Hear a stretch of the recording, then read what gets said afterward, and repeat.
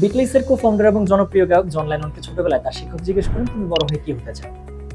জবাবে লেনন বলেন, স্যার আমি সুখী হতে চাই। স্যার তখন বললেন, তুমি মনে হয় আমার প্রশ্ন বোঝনি। জবাবে লেনন বললেন, সরি স্যার, আপনি জীবনকে বোঝেন। অর্থ, প্রতিপত্তি, সম্পদ, সফলতা এগুলোর পিছনে ছুটতে ছুটতে বর্তমানে আমরা একটা সুখশূন্য পৃথিবীতে বসবাস করছি। করোনা যখন আমাদের দেশে খুব তুঙ্গে, ওই মুহূর্তে মার্চ 2020 থেকে ফেব্রুয়ারি 2021 পর্যন্ত এই সময়টাতে করোনার প্রভাব বাংলাদেশে সবচেয়ে তুঙ্গে। এই সময়ে করোনার কারণে বাংলাদেশে মানুষ মারা যায় প্রায় 8,462 জন। একই সময়ে আত্মহত্যা করে তার চেয়ে 70% বেশি মানুষ। কিন্তু করোনা নিয়ে আমাদের যত আয়োজন ছিল তার কিছুটাও কি আত্মহত্যা নিয়ে ছিল? বিশ্বজরিপের দিকে তাকালে ঘটনা আরো কঠিন। হ্যাপিনেস কোনো লাক্সারি না, একদম বেসিক একটা নিড, অক্সিজেনের মতো। কারণ এই হ্যাপিনেস না থাকলে মানুষ মাদকাসক্ত হয়, মানুষ বিপথে চলে যায়, মানুষ সুসাইড করে এবং ডিপ্রেশনে আসে। হ্যাপিনেস স্কিল কি শুধুমাত্র দুশ্চিন্তা এবং হতাশা থেকে মুক্তি দেয়? না, রিসার্চ তো ভিন্ন কথা বলে। HBR এর তথ্য অনুযায়ী সুখী মানুষের প্রোডাক্টিভিটি প্রায় 43% বেশি। ফোর্বস বলছে সুখী মানুষের রোগ প্রতিরোধ ক্ষমতা প্রায় 66% বেশি। জীবনের সকল জটিল অঙ্কের সমাধান আমরা মিলাতে পারলেও সুখের সমীকরণটাই সবসময় অধরা থেকে যায়। এই সুখের সমীকরণকে মিলানোর জন্য সময় সেরা লেখক কোচ কাঞ্চনসাল আবিষ্কার করেন সুখের সমীকরণ বই। এই বইতে লাইফের গুরুত্বপূর্ণ 7টি প্যারামিটারকে ব্যালেন্স করে কোচ কাঞ্চনসাল প্রকাশ করেন যে কিভাবে আপনার জীবনের অধরা সুখের সমীকরণটি আপনি মেলাতে পারবেন। আসসালামু আলাইকুম, আমি মেহেদী হাসান তানভীর, কথা বলছি বই পড়ুয়া পক্ষ থেকে। বই পড়ুয়া আমাদের একটি কমপ্লিট মিশন বই প্রেমীদেরকে নিয়ে, যেখানে আমরা জগৎ বিখ্যাত বিভিন্ন বইকে নিয়ে গবেষণা করে সামারি রেডি করি, যাতে করে আপনি আপনার ব্যস্ত সময়ের মধ্যে থেকে 5 থেকে 7 মিনিট সময় দিয়ে একটা বিশ্ববিখ্যাত বইয়ের পরিপূর্ণ নির্দেশ আপনি নিতে পারেন। আজকে কথা বলছি সময় সেরা লেখক কোচ কাঞ্চন স্যারের লেখা সুখের সমীকরণ বইটি নিয়ে। বইয়ের বিস্তারিত যাওয়ার আগে আমরা পুরো সমীকরণটি এক নজরে একটু দেখে নিই। সমীকরণটির নাম এম্পাওয়ার, যেখানে স্ট্যান্ড ফর ইমোশনাল ওয়েলবিং বা আবেগীয় সুখ, N stand for mental wellbeing বা মানসিক সুখ, P stand for physical wellbeing বা শারীরিক সুখ, ও স্ট্যান্ড ফর অকুপেশনাল ওয়েলবিং বা পেশাগত সুখ, ডাব্লিউ স্ট্যান্ড ফর ওয়েলবিং বা আর্থিক সুখ, ই স্ট্যান্ড ফর এডুকেশনাল ওয়েলবিং বা শিক্ষাগত সুখ, এবং আর স্ট্যান্ড ফর রিলেশনাল ওয়েলবিং বা সম্পর্কগত সুখ।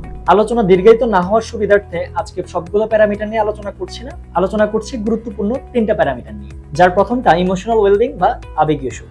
অনেকে বলতে শোনা যায়, আমি মাঝে মাঝে কি করে ফেলি আমি নিজেও জানি না। দেখা গিয়েছে যখন অনেক রাগ তখন কাউকে খুব বাজে কিছু বলে ফেলেছে, বা যখন অনেক মন ভালো তখন যেটা পারবে না তেমন কোনো কমিটমেন্ট দিয়ে দিয়েছে, পরবর্তীতে এসে আফসোস করছে। সেজন্যই বলা হয় মানুষের কথা শিখতে লাগে 3 বছর, কিন্তু কখন কোথায় কি বলবে তা 30 বছরও শিখতে পারে না।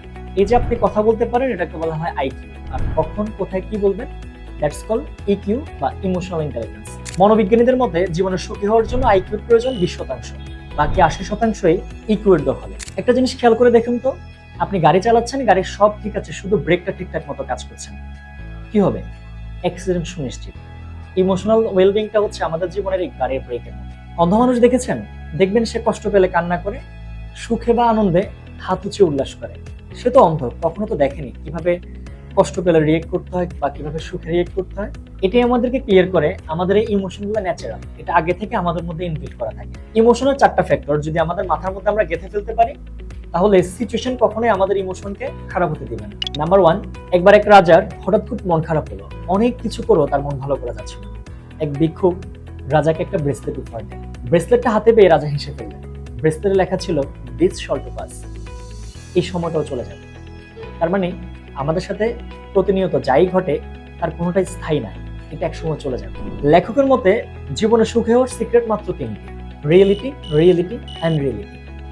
হ্যাঁ, ঠিকই শুনেছেন, বাস্তবতা থেকে পালিয়ে যাওয়ার কোনো সুযোগ নেই। এই বাস্তবতাটাকে যদি মেনে নেওয়া যায় এবং তা অনুযায়ী যদি জীবন অতিবাহিত করা যায়, তবে মিলবে আসল সুখ। সমীকরণের 2য় প্যারামিটার মেন্টাল ওয়েলবিং বা মানসিক সুখ। আমাদের মন একটা পাগলা ঘোড়া, এটাকে ধরে রাখা যায় না, এটা এটার মতো করে দিক বিদিক ছুটতে চায়। এই মনকে পরিচালন করা জানতে হবে, না হলে মন মনের মতো করে আমাদের জীবনকে অতিবাহিত করে। আমাদের মাইন্ড হচ্ছে একটা সফটওয়্যার।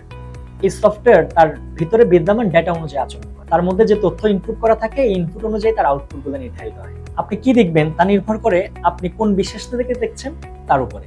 ভালো অথবা মন্দ সবকিছু নির্ভর করে আপনি কোন বিশ্বাস থেকে দেখছেন তার উপরে। বিশ্বাস কোন জায়গা থেকে আসে? এখন বিশ্বাস হচ্ছে একটা চশমার মতো, আপনার চোখে যেই কালারের চশমা আপনি পরবেন, আপনি পৃথিবীকে ওই কালারে দেখতে পাবেন। তার মানে আমাদের সাথে যখন যা ঘটে এটা আসলে বাস্তবতা না, বাস্তবতা হচ্ছে ওই জিনিসটাকে নিয়ে আমি আসলে কি বিশ্বাস আমার ব্রেনের মধ্যে স্থাপন করে রেখেছি। আমার বিশ্বাসটা যেমন আমার আশেপাশের পরিবেশগুলো আসলে ঠিক তেমন। লেখক ব্যাখ্যা করেন এই চিন্তার আবার 3টা খুব চমৎকার সুবিধা আছে। নাম্বার 1, চিন্তা পরিবর্তন করা যায়। নাম্বার 2, পুরনো চিন্তা ডিলিট করা যায়। এন্ড নাম্বার 3, নতুন এবং ভালো চিন্তা ইনস্টল করা যায়। সমীকরণের তৃতীয় গুরুত্বপূর্ণ প্যারামিটার ফিজিক্যাল ওয়েলবিং বা পেশাগত সুখ। বিশ্বের অন্যতম শীর্ষ ধনী ওয়ারেন বাফেট এক বক্তৃতায় বিশ্ববিদ্যালয়ের ছাত্রদের উদ্দেশ্যে একটা প্রশ্ন করেন যে তোমাদেরকে যদি একটা গাড়ি বাছাই করে নেওয়ার জন্য বলা হয়, যে গাড়িটি তুমি কখনোই পরিবর্তন করতে পারবে না এবং আজীবন তাকে চালাতে হবে, তুমি কি গাড়ি পছন্দ করে নিবে? সবাই সমস্যার উত্তর জানালো যে আমরা সবচেয়ে দামি এবং সবচেয়ে ভালো গাড়িটি বেছে নিব, যার ইঞ্জিনও খুব ভালো। তখন ওয়ারেন বাফেট প্রশ্ন করলেন, তোমার শরীরের ব্যাপারে তুমি কি চিন্তা করলে? এই জিনিসটাই আমাদেরকে বলে কতটা সুস্থ আছি আমরা। দেশে প্রতি 11 জনের মধ্যে একজনের ডায়াবেটিস।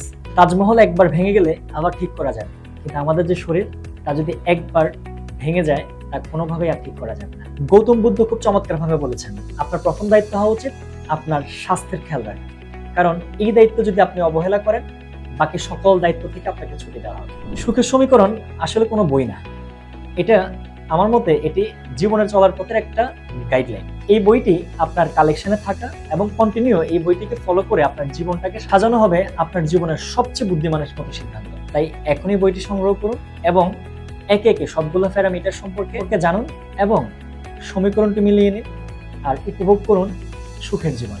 আপনার জন্য নিরন্তর শুভকামনা। আসসালামু আলাইকুম।